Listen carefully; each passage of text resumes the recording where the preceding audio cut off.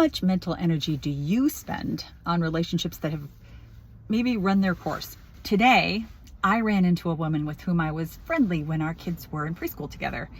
And then that friendship faded.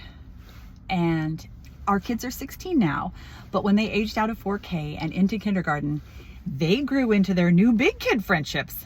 But I somehow felt that the onus was on me to keep that friendship going with that mom. And I did. I did consider us to be friends. She would invite me to coffee and we'd meet and we'd laugh about our big kindergartner's adventures. And a few months later, I would invite her. And when we met, I shared a real health challenge I was going through. And she pivoted to various other things in her life that weren't really offensive or anything, but they kind of indicated that this was a person who wanted to keep it light. And my life at that time was not light. But I kept accepting the invitations that she offered, but I didn't reciprocate. Eventually, she stopped asking.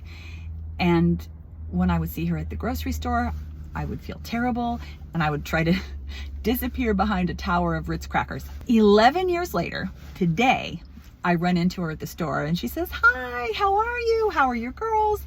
And we have a nice, light moment. And we went our separate ways. And if I had had the sage wisdom of my 50s, way back at the tender age of 43, I might have said at that first coffee, "You know, this has been a good run. I'm so glad our kids enjoyed the pony room together." And scene. I don't know exactly how I could have phrased it compassionately, but even without the pivot, when I started talking about something heavy, her values just didn't align with my values. She didn't work outside of the home, and she is satisfied with that life choice, and that is great. My work is a core part of my identity. And when I was so sick I couldn't work, it left a big hole, and I wanted to talk about it. But she was very happy to fill that hole with talk about her tennis league. Sorry, that sounded judgy. It kind of is judgy, but we need to trust our judgment. So, on our website, plumandsage.com, we have an article about when to maybe step away from friendships that no longer work. Maybe in our comments, let us know how you have stepped away from a friendship and how that feels.